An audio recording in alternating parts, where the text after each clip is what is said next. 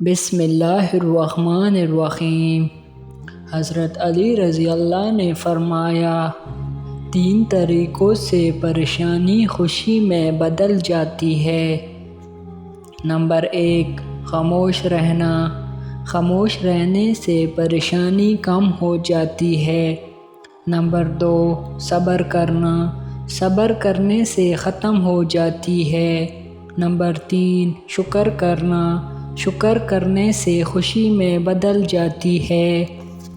خدا کے نزدیک کسی انسان کی عزت جتنی زیادہ ہوتی جاتی ہے، اس کا امتحان بھی اس قدر سخت ہوتا چلا جاتا ہے۔ جو انسان یہ سمجھتا ہے کہ اللہ جو کرتا ہے وہ ہمارے لیے بہتر ہوتا ہے، وہ کمال کا ایمان رکھتا ہے۔ انسان کا اپنے دشمن سے انتقام کا سب سے اچھا طریقہ یہ ہے کہ وہ اپنی خوبیوں میں اضافہ کرے۔ اگر اللہ نے تمہارے دل میں کچھ ڈالا ہے اور تمہیں دعا مانگنے کی توفیق دی ہے تو یقین رکھو نصیب میں بھی وہی ڈالے گا انشاءاللہ۔ بہترین رشتہ وہ ہے جو آپ کے عیب جان کر بھی آپ سے تعلق ختم نہ کرے، اور بے شک یہ رشتہ آپ کا اللہ کے علاوہ کسی سے نہیں ہے۔ جب دعا کرتے وقت تمہاری آنکھوں سے آنسو آنے لگے تو سمجھ جانا تمہاری دعا بارگاہ الہی میں قبول ہو چکی ہے۔ آپ کو جس شخص سے محبت ہو جائے اس کی آخرت کے بارے میں سوچا کرو کہ اس کو کیسے بہتر بنایا جائے، یہ تمہاری محبت کی سب سے بڑی دلیل ہوگی۔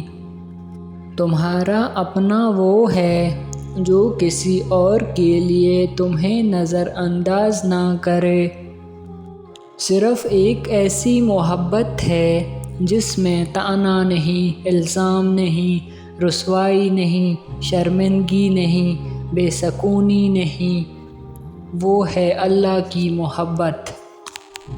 کسی کے خلوص اور پیار کو اس کی بے وقوفی مت سمجھو، ورنہ کسی دن تم خلوص اور پیار تلاش کرو گے اور لوگ تمہیں بے وقوف سمجھیں گے۔ انسان کا نقصان جان اور مال کا چلے جانا نہیں، بلکہ انسان کا سب سے بڑا نقصان کسی کی نظر سے گر جانا ہے۔ خیال رکھنا کہ کسی کی آنکھیں تمہاری وجہ سے نم نہ ہو، کیونکہ تمہیں اس کی ہر آنسو کا حساب چکانا ہے۔ فائدے میں وہ شخص ہے جس نے دنیا کو آخرت کے عوض فروخت کر دیا۔ اور کبھی غم نہ کرنا کہ دنیا آپ کے ساتھ نہیں، بلکہ خوش ہونا کہ دنیا کا مالک آپ کے ساتھ ہے۔ دنیا کی سب سے بہترین، خوبصورت اور حسین نعمتوں میں سے ایک نعمت نماز ہے۔ جو سکون میں ہے ویسا سکون اور کہیں نہیں۔